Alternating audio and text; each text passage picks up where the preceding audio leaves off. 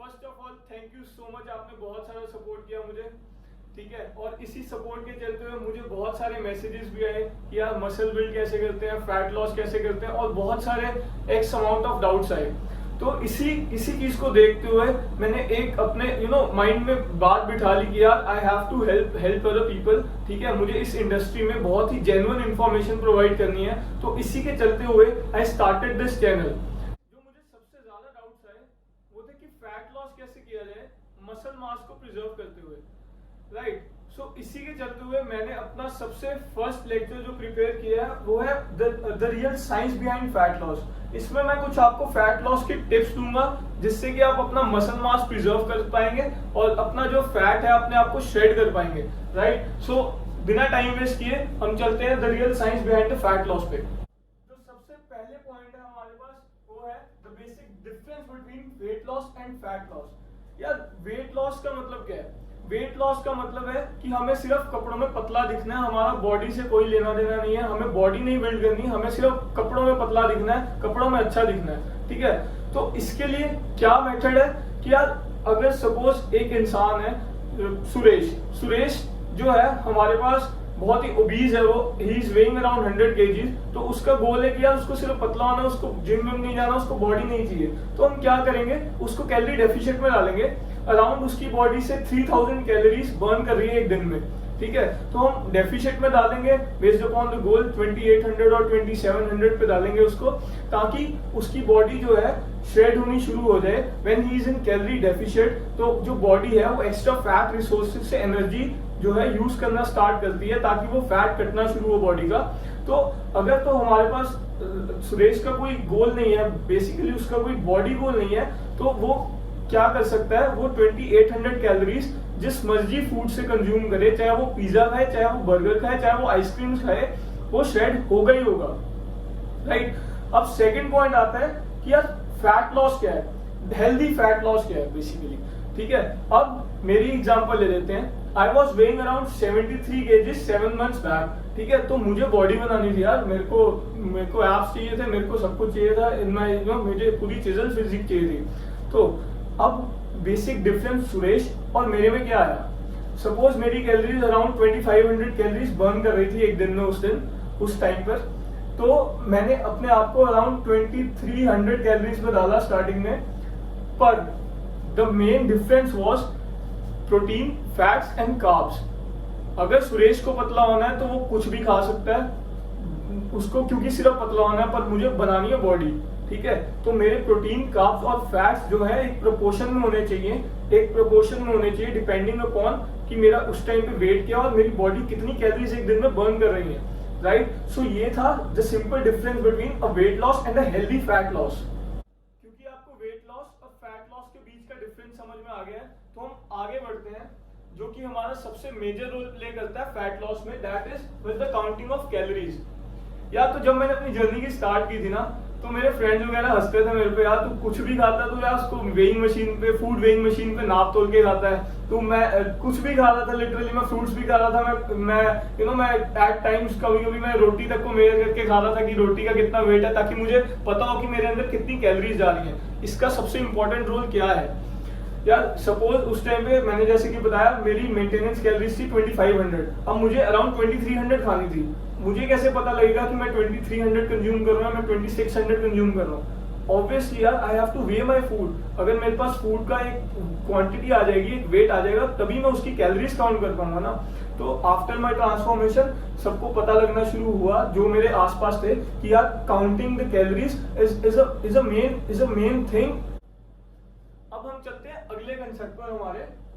जब हमने calories count करना शुरू कर दिया है, अब हमें पता है हम कितनी कैलोरीज कंज्यूम कर रहे हैं एक दिन में। सो अब क्या साइंस है इसके पीछे यार? See this is a graph, B is for breakfast, L is for lunch and D is for dinner, right. तो हम जब ब्रेकफास्ट, लंच या डिनर या हम कोई भी मील कंज्यूम करते हैं तो हम बेसिकली अपने बॉडी में एनर्जी कंज्यूम कर रहे हैं in the form of calories, right. तो हमारा जो इंसुलिन लेवल है जब हम फूड इनटेक करते हैं वो स्पाइक हो जाता है, ठीक है। और when there is a difference in between the meal period, जब हम अपनी बॉडी को स्टाफ करते हैं तो बेसिकली हम एनर्जी डिप्लीट कर रहे हैं अपनी बॉडी से, राइट। सो सबसे ज्यादा जो हमारा डिप्लीटिंग पीरियड आता है वो है अराउंड 8 आवर्स ऑफ स्लीप। जब हम सोते हैं तब हम कुछ कंज्यूम नहीं कर रहे यार, and that is the biggest time when our body is losing fat.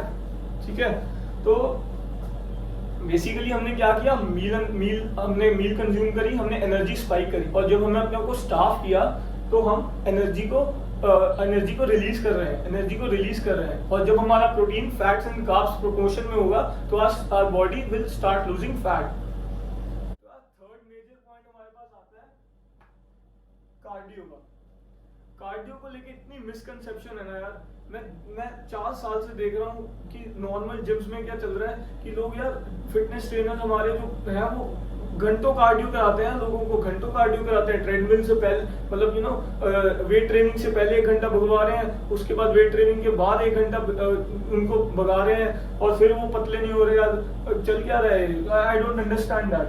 तो इसके पीछे भी हम साइंस समझते हैं। सी, हमारी बॉडी है, मेरी बॉडी है, ठीक है, एक दिन में कुछ अमाउंट ऑफ कैलोरीज बर्न करती है, whether I am on rest, कि मैं जब रेस्ट पे भी हूं ना तब भी मेरी बॉडी वो कैलोरीज बर्न करेगी, और उसको हम कहते हैं BMR, the basal metabolism rate. ठीक है, अब क्या होता है, हम टोटल कैलोरीज कितनी बर्न करते हैं एक दिन में, it's basically BMR plus the physical activities we include in a day. ठीक है, तो that is the amount of calories we are burning. Suppose मेरी 2500 थी, अब मुझे क्या करना है फैट लॉस करने के लिए, जैसे कि मैंने बताया मुझे 2500 से कम कंज्यूम करनी है और अपना फिजिकल एक्टिविटी लेवल बढ़ाना है ताकि मेरा फैट लॉस होना शुरू हो। और यार देखो, अगर तो तुम्हें 12%, 13%, 15% बॉडी फैट तक जाना है तो तुम्हें इतना कार्डियो करने की कोई जरूरत नहीं है। आई एग्री कि एक टाइम पे तुम्हें कार्डियो ऐड करना पड़ता है जब तुम्हें बहुत ही चिजल्ड लुक चाहिए, जैसे कि मैं 7% बॉडी फैट तक गया नेचुरली। अगर तुम्हें इतना चिजल्ड होना है तो तुम्हें कुछ अमाउंट ऑफ कार्डियो ऐड करना ही पड़ेगा अपनी डे टू डे रूटीन में, जैसे मैंने भी किया था। I was running on treadmill for about 10 minutes, और मेरे स्टेप्स वगैरह एक दिन के 20,000 स्टेप्स होते थे। तो यार तुम्हें थोड़ा कार्डियो ऐड करना पड़ेगा अगर तुम्हें 10% बिलो जाना है, पर 12 से 15% तक simple being in calorie deficit plus simply walking and your exercise will take you towards your goal. So the next major point is the use of protein, carbs and fats. तो यार let's say protein की बात करें हम, सबसे बड़ी चीज जब हम फैट लॉस कर रहे हैं, जब हम शेड हो रहे हैं, हमें अपना प्रोटीन हाई रखना है। ठीक है, प्रोटीन हाई रखेंगे ताकि हमारा मसल लॉस ना हो। अगर हम प्रोटीन के साथ खिलवाड़ करेंगे, अगर हम प्रोटीन उतना एक्यूरेटली नहीं कंज्यूम करेंगे तो our muscle will suffer, our muscle loss होने के चांसेस 100% है उस टाइम पर। तो अब मैं कोई भी आपको नंबर्स नहीं दूंगा प्रोटीन, कार्ब्स और फैट्स के, क्योंकि यार ये हर बॉडी के हिसाब से बदलते रहते हैं। प्रोटीन, कार्ब्स और फैट्स की जो रेशियो है हर इंसान की अलग ही आएगी, क्योंकि उसका वेट अलग है, उसकी बॉडी कॉम्पोजिशन अलग है, और इसको हम हर मंथली टू मंथली ट्रैक करते हैं और उस हिसाब से चेंज करते हैं। तो मेरे केस में क्या था, वी स्टार्टेड विद मेरा वेट 73 था जब मैंने अपनी फैट लॉस की जर्नी स्टार्ट की, 73। तो मैं अपना 73 इंटू 2 प्रोटीन ले रहा था, अराउंड 146 ग्राम्स। ठीक है, तो क्या होता है यार, जब हम प्रोटीन्स के साथ मेजर करते हैं, सिंपल यार, जैसे मैंने बताया हमारा मसल लॉस होने का चांस उतना ही बढ़ जाता है। The second major is carbs. तो क्या होता है, जब हम अपने कार्ब्स के साथ मेजर करते हैं, हमारी डेली एक्टिविटी सफर होनी शुरू हो जाती है। ठीक है, सबसे बड़ी गलती लोग करते हैं, कार्ब्स को बिल्कुल कट कर देते हैं यार, रोटी नहीं खानी। ठीक है, और सबसे बड़ी मिथ जो है 7 बजे के बाद रोटी नहीं खानी यार। तो मेरी जर्नी में मैंने रात को 9 बजे तक रोटी खाई है, मैं एक्चुअली 10:30 सो जाता था, तो मैं I used to eat roti around 9:30 PM, तो मुझे तो कुछ नहीं हुआ। बाकी ये बहुत बड़ी मिसकंसेप्शन है। तो हाँ, कार्ब्स के साथ अगर हम मैशअप करते हैं तो हमारी डेली रूटीन एक्टिविटीज जो है वो सफर होने लग जाती है, राइट। क्योंकि हमें एनर्जी चाहिए यार, हर दिन का काम करने के लिए हमें एनर्जी चाहिए, राइट। सो फैट्स में अराउंड स्टार्टिंग में 70 grams of fats I was consuming. ठीक है, और इसको भी हम जब जैसे जैसे मेरा वेट कम होता रहा उस हिसाब से हम इसको चेंज करते रहे। लास्ट में I was eating around 65 grams of fats. तो फैट्स के साथ भी मिसकंसेप्शन ये है यार, लोग कहते हैं यार फैट है तो मोटा कर देगा, पर यार healthy fats are good for your brain, healthy fats is good for your skin. So fats play a major role for our body. Fat burners, यार कितने ओवर वेट इंसान है जिन्होंने ये गलती नहीं करी। हार्ड अर्न मनी जो है फैट बर्नर्स पर वेस्ट मत कीजिए। फैट बर्नर्स कुछ नहीं करेंगे अगर आप घर जाकर दोबारा से एक्स्ट्रा चीज़ केक खा लेंगे जिसमें 600 कैलोरीज होंगी और फिर आपको मिस कैलकुलेशन हो जाएगी कि यार मैं तो रनिंग कर रहा हूँ, मैं एक्सरसाइज कर रहा हूँ, मैं वॉकिंग भी कर रहा हूँ, मैं फिर भी पतला नहीं हो रहा।